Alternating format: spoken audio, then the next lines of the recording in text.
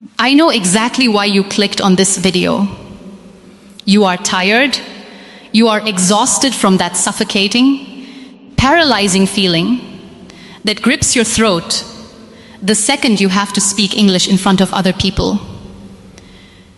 You know the exact moment I am talking about. Your heart races. Your palms start to sweat. You have the words perfectly arranged inside your head. You know the grammar, you know the vocabulary, you have practiced the scenario 1,000 times in the safety of your bedroom. But the moment you actually open your mouth, you freeze. The words get trapped. You stumble, you stutter, and you are forced to watch the other person's eyes glaze over with a toxic mix of pity and impatience. You walk away from that conversation burning with humiliation, asking yourself, why am I so weak? Why can't I just speak like everyone else? Let me stop you right there. Look at me. I want you to listen to me very carefully because I am about to hit you with a brutal truth that traditional education systems have been hiding from you for years. Your inability to speak fluent English is not a lack of intelligence. It is not a lack of innate talent. And it is certainly not a reflection of your human worth. Your failure is simply a lack of the correct training. You have been lied to. You have been conditioned to believe that if you memorize enough grammar rules, if you fill out enough workbooks, and if you study enough long vocabulary lists, you will magically become a fluent, confident speaker. That is a trap. That is the exact excuse keeping you chained to your silence. You are trying to study a physical, real-world skill as if it were a written academic exam. You are sitting at a desk reading books about how to swim, and then acting surprised when you start drowning the second you are thrown into the deep, turbulent water of a real conversation. The brutal truth is this: studying has become your excuse. Studying is the comfort zone of the coward. It feels incredibly safe to hide behind a notebook. It feels productive to highlight textbooks with a yellow marker and pretend you are making progress. But let me tell you something. The world does not care about your highlighters. The real world does not ask you to fill in the blanks on a piece of paper. The real world demands a voice. Stop coddling your insecurities. The reason you freeze is not because your English is broken. It is because your mindset is fragile. You care entirely too much about what they think. You are terrified of looking foolish. But greatness requires you to look like a fool before you can ever become a master. Today, we are tearing up the grammar books. We are done hiding. We are going to build a radical, unbreakable discipline where you do not study. You just listen and you speak. I need you to completely shift your perspective. I need you to stop thinking of English as an academic subject you learn and start treating it as a physical sport you play. Here is the powerful metaphor that will change your life today. Your mouth is a muscle. Your tongue, your lips, your vocal cords. These are physical mechanisms that require mechanical training. For years, you have been intensely training your eyes to read English and your brain to translate it. But you have left your mouth completely, entirely untrained. You are asking muscles that have spoken your native language for decades to suddenly perform complex gymnastics in a foreign tongue without a single day of physical conditioning. It is completely absurd. When you stumble over a sentence, it is not a failure of your intellect. It is simply a lack of muscle memory. A bodybuilder does not grow stronger by reading scientific articles about the gym. They grow muscle by picking up the heavy iron, feeling the burn, and repeating the brutal motion until it becomes effortless. Fluency works the exact same way. You must physically train your mouth to form the shapes of English words through raw, unapologetic repetition. But physical training is only half the battle. The other half, the hardest half, is conquering your crippling fear of judgment. This is where I need you to develop what I call unbothered detachment. Listen to me. You must build an absolute fortress in your mind. You must reach a point of stoic resilience where you completely, radically stop caring if people laugh at your broken English. Let them laugh. Let them judge. Unbothered detachment means you deliberately detach your ego from your current skill level. You must learn to look at your linguistic mistakes coldly, analytically, and without a single drop of shame. When someone smirks or interrupts you because you mispronounced a word, unbothered detachment allows you to look them dead in the eye, smile gently, and keep speaking. Their opinion does not dictate your trajectory. Right now, you are treating your pride like it is some precious diamond you have to protect. Break it. Shatter your ego today. The people who are silently judging your grammar are not going to pay your rent. They are not going to build your career, and they are certainly not going to hand you your dreams. Why are you handing them power over your voice?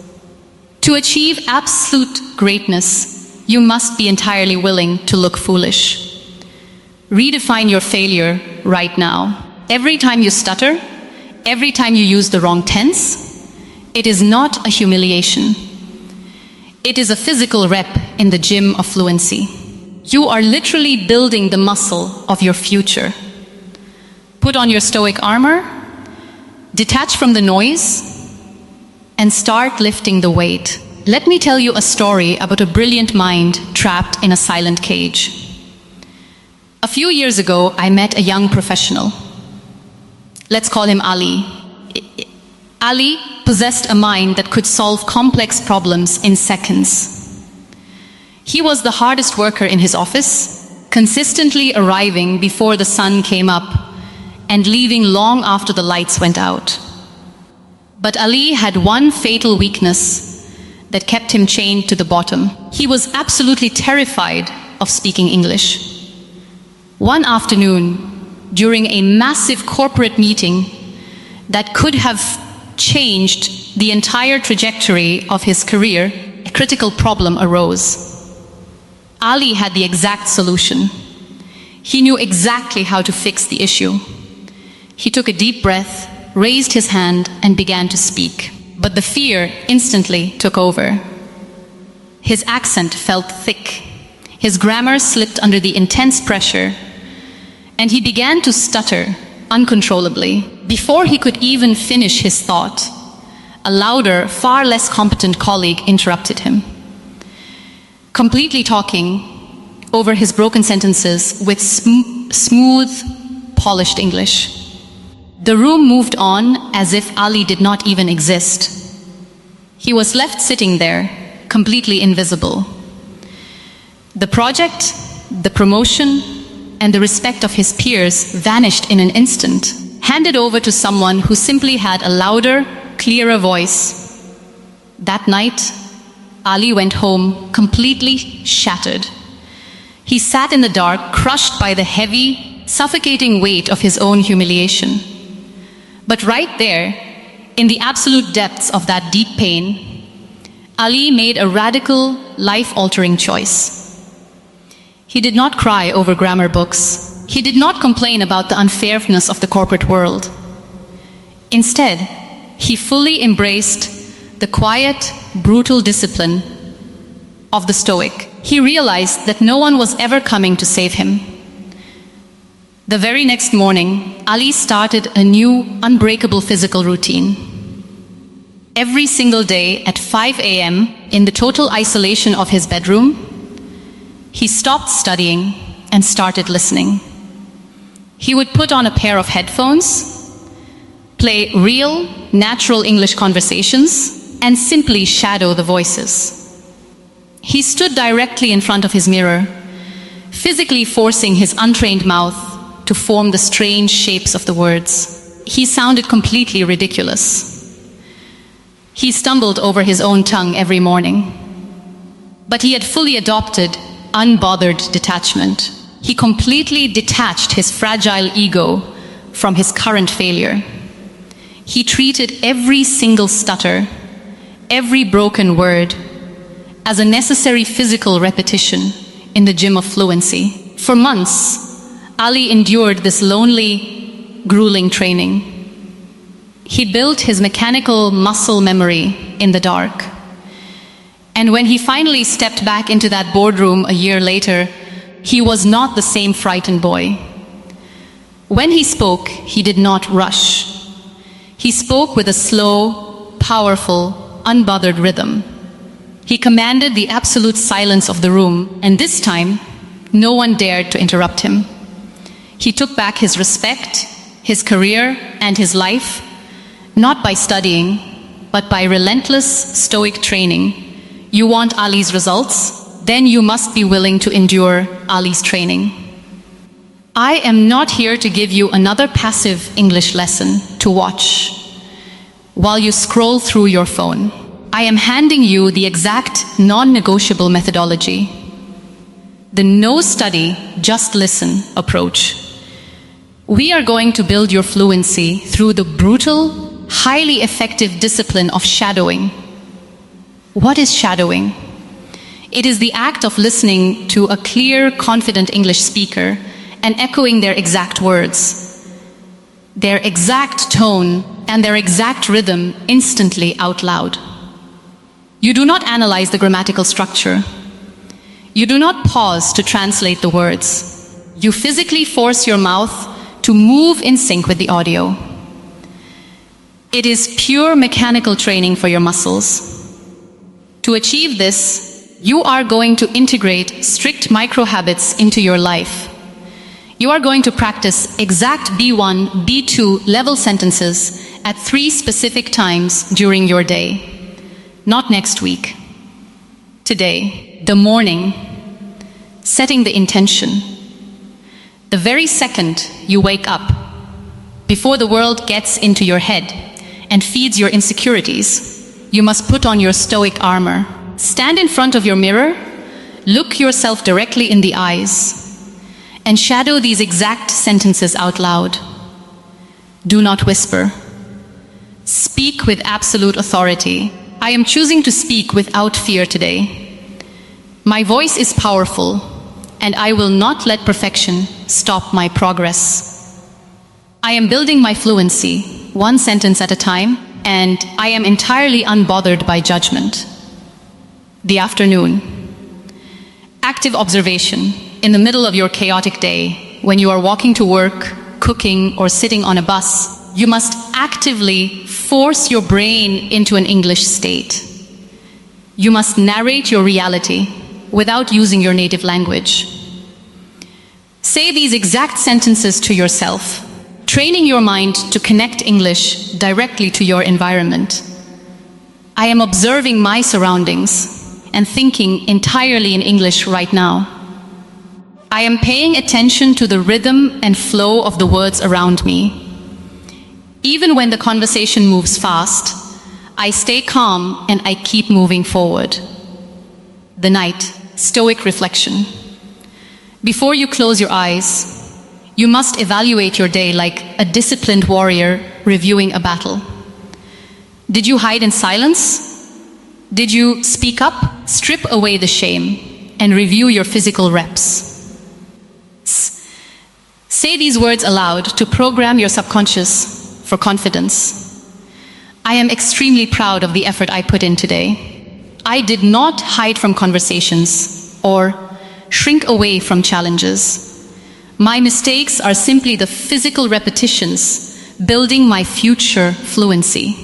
These micro habits take less than 10 minutes a day, but they require radical personal accountability. You must stop waiting for a magical feeling of confidence to suddenly arrive. Confidence is not a gift. It is the direct byproduct of relentless daily action. You want a powerful voice? Start building it. No excuses. Just listen and speak. Now that you have your daily physical routine, we must address the poison hiding deep inside your mind. There is a silent, highly toxic habit that is actively destroying your fluency every single time you try to speak. It is the absolute worst enemy of natural communication, and I am demanding that you assassinate it today. I am talking about the mental middleman, translating in your head before you speak. I know exactly what you are doing. When someone asks you a question in English, you receive the words, drag them back into your native language. Formulate your brilliant response in your mother tongue. Translate it word by word back into English. Intensely check it for grammatical perfection. And then you finally open your mouth. By the time you go through this exhausting, chaotic mental gymnastics, the conversation has already moved on. The other person is staring at you, waiting, while you are running an entire internal translation agency just to say a single, simple sentence. This is exactly why you stutter. This is exactly why your brain freezes. You are putting a massive, unbearable tax on your cognitive processing, and your system simply crashes under the weight. This translation habit is a safety net for the terrified. It is the ultimate manifestation of your deep fear of making a mistake. But today, we cut the net. You must assassinate the middleman immediately. To speak fluently, you must completely bypass your native language. You have to stop linking English words to your mother tongue and start linking English words directly to raw thoughts, to vivid images, to physical sensations, and to deep emotions. When you look at a steaming cup of tea, I do not want you to think of the word in your native language first. I want you to feel the heat radiating against your hands. I want you to smell the aroma, and I want you to instantly attach the English word tea directly to that physical sensation. When you feel a heavy wave of sadness, do not translate your grief. Attach the English word sad directly to the heaviness in your chest. Language is not a mathematical equation to be calculated. It is an emotion to be felt.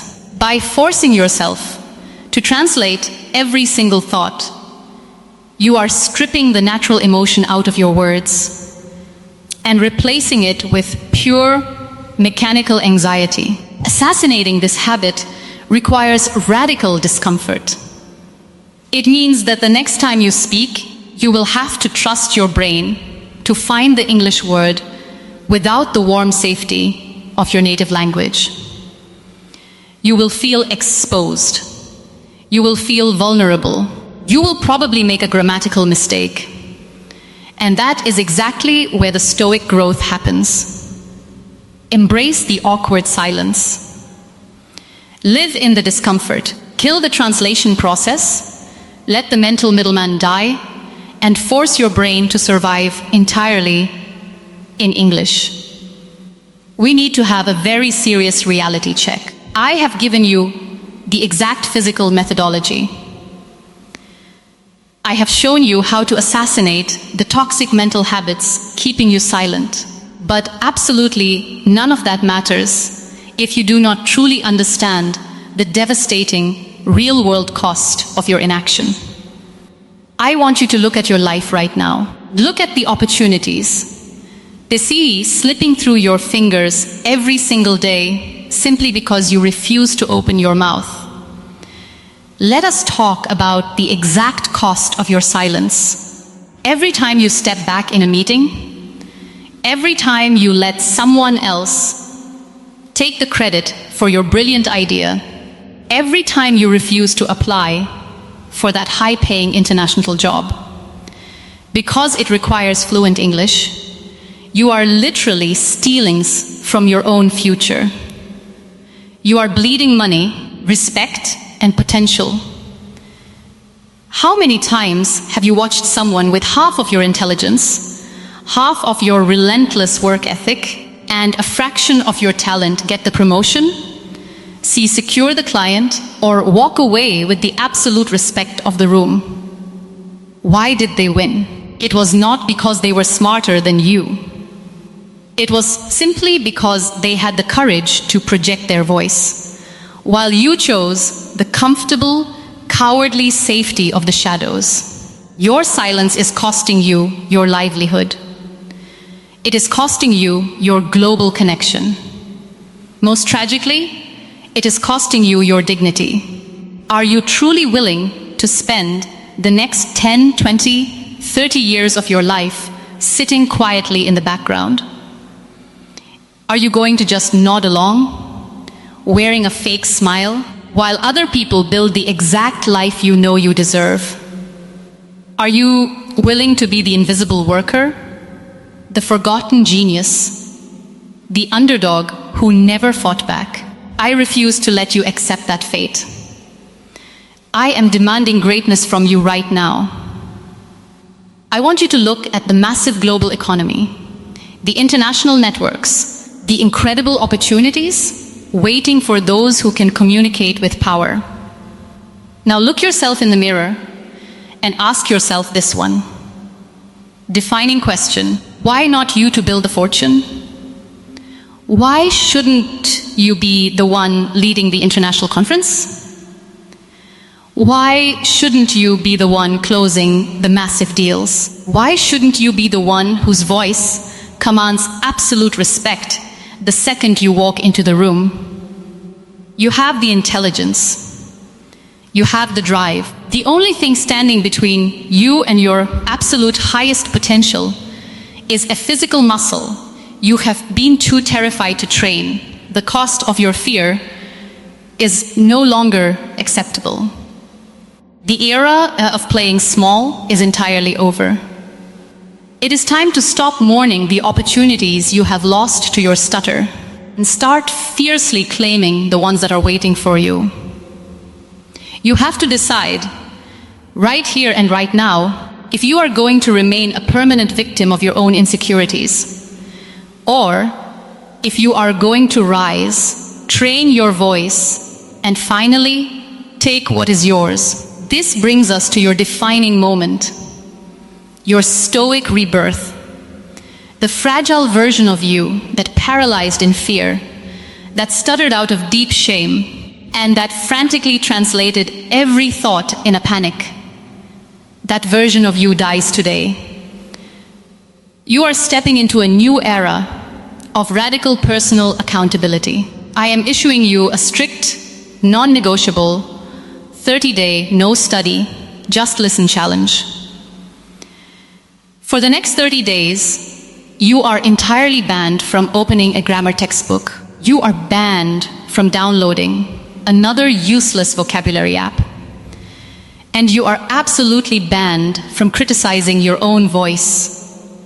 Here are your marching orders. Every single day for the next 30 days, you will dedicate exactly 15 minutes to